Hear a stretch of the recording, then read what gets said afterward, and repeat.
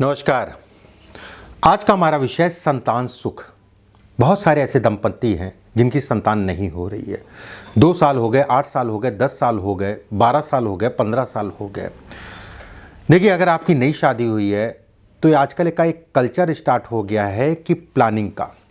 अब ठीक है, प्लानिंग आपके हिसाब से ठीक है, लेकिन अगर अब मेरे हिसाब से आप कहेंगे तो परमात्मा जब भी भेजे तो उसको जो है कहीं ना कहीं रखिए। बहुत सारे ऐसे लोग हैं कि जीवन निकल जाता है, संतान नहीं हो पाती, और बहुत सारे ऐसे लोग आपने देखे होंगे अपने जीवन में जिनके संतान होने के बाद व्यक्ति जो है कहीं ना कहीं आगे बढ़ा। व्यक्ति की तरक्की कहीं ना कहीं संतान होने के बाद हुई, या जीवन में स्थायित्व अगर कहा जाए संतान होने के बाद हुई। ऐसी कौन सी रेखाएं हैं जो इसको दिखाती है कि आपकी संतान होने के उपरांत जो है आपका जीवन बढ़ेगा या बढ़ा होगा। अब यहां पर सामान्य सी बात है, जो मैं रेखाएं आपको बताने जा रहा हूं, अगर आपके हाथ में है और आपकी संतान नहीं हो रही है तो संतान तो होगी होगी, और संतान होने के बाद आपका जीवन भी बदलेगा।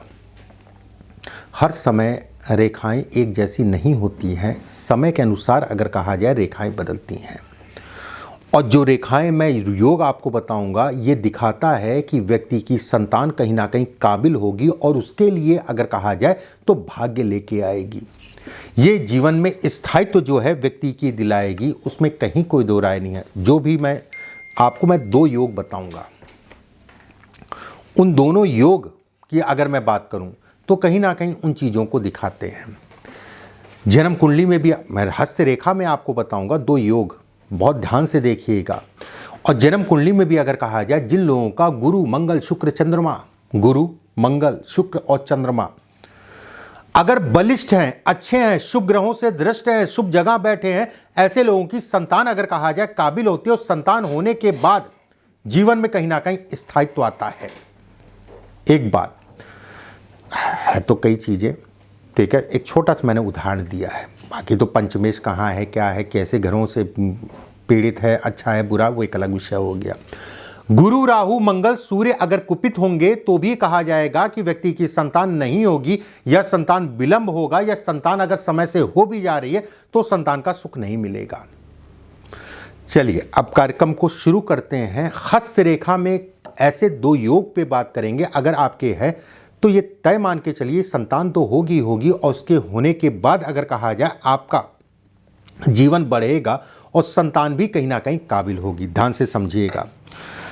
सूर्य के नीचे अगर सूर्य की रेखा है, छोटी है लंबी है कोई फर्क नहीं, रेखा होना आवश्यक है। गुरु की उंगली, ये होती है गुरु की उंगली, ये हल्की सी ऊपर से चिपटी है। अब चिपटी का मतलब ये ऐसे तो नहीं होगी, हल्का सा ऊपर जाके चिपटी है, ठीक है, चिपटी है। और बुध के नीचे 2 से 3 या 4 5 रेखाएं हैं बुध के नीचे। ध्यान से समझिएगा एक एक बिंदु को। यहाँ पर संतान तो होगी और काबिल भी होगी, आपके लिए भी फायदेमंद होगी, ऐसा योग मैं बता रहा हूँ।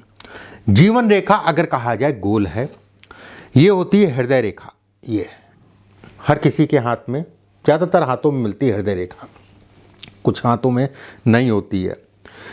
हृदय रेखा के नीचे 2 या 3 रेखाएं हो, ज़्यादातर 2 रेखाएं आप देखते होंगे, लंबी लंबी सी, बस वो क्रॉस ना हो। क्रॉस मतलब उसको काटे कोई रेखा ना, इस चीज़ का ध्यान रखिएगा। लंबी लंबी 2 रेखाएं, और बुध की उंगली सीधी है। फिर से एक बार मैं बताता हूँ। सूर्य पे एक रेखा है, उसके बाद अगर कहा जाए बुध के नीचे 2 3 4 रेखाएं हैं, जितनी ज़्यादा होंगी उतना अच्छा है। जीवन रेखा गोल है, गुरु की उंगली अगर कहा जाए ऊपर से चिपटी है। हृदय रेखा के नीचे, हृदय रेखा ये होती है, ये वाली रेखा अगर कहा जाए हृदय रेखा है। हृदय की रेखा के नीचे अगर कहा जाए 2 रेखाएं स्पष्ट साफ हो, और बुध की उंगली सीधी है।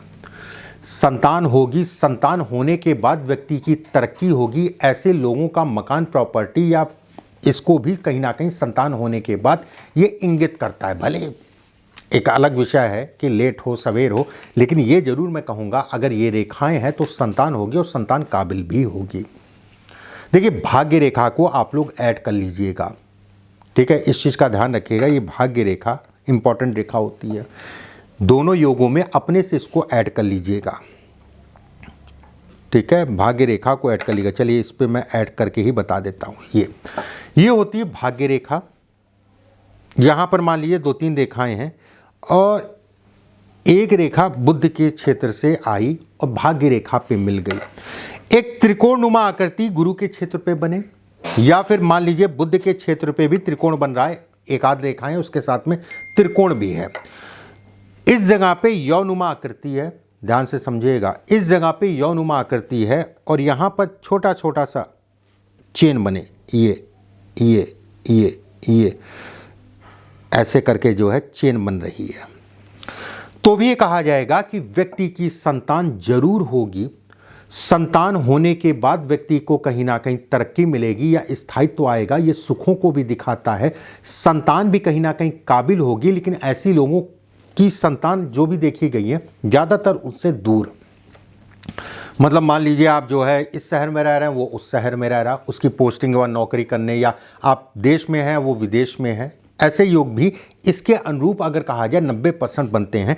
फिर से एक बार मैं जो है आप सभी को समझा दे रहा हूँ। भाग्य रेखा, बुध के नीचे 3 से 4 रेखाएं, एक रेखा जो है ये मिले, बुध के 3 से 4 रेखाएं का मतलब ये हो गया संतान होगी। इसमें मिलने का मतलब ये हो गया कि संतान से व्यक्ति को लाभ मिलेगा और संतान भी अच्छी होगी। गुरु के नीचे अगर कहा जाए त्रिकोण है, ऐसे में कहा जाएगा कि कहीं ना कहीं व्यक्ति का संतान होने के उपरांत गुरु संतान का आशीर्वाद देने वाला ग्रह कहलाएगा। गुरु अगर कहा जाए त्रिकोण होना, संतान होने के उपरांत अगर कहा जाए व्यक्ति को सफलता, ये सुख और सुविधाओं को दिखाता है। और इस जगह पे इस टाइप से, ठीक है, थोड़ा सा बड़ा हो, साफ हो, मिले ना, ऐसे ऐसे ऐसे ब्लॉक बन रहे हैं, 1 2 3 4 जो भी बन रहे हैं ब्लॉक बन रहे हैं। संतान काबिल, संतान का सुख, हो सकता है संतान आपसे दूर रहे, वो एक अलग विषय हो गया।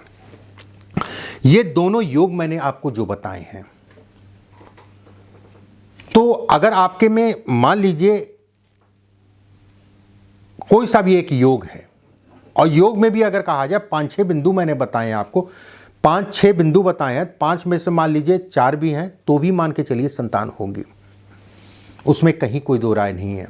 और जो लोग ज्योतिष या हस्तरेखा को सीख रहे हैं या फिर लोग प्रैक्टिस कर रहे हैं, मतलब बहुत सारे ऐसे लोग हैं जो पढ़ते हैं, ठीक है, जो देखते हैं, और ज़्यादातर मेरे वीडियो जो देखने वाले लोग हैं वो रेगुलर देखने वाले लोग हैं ज़्यादातर।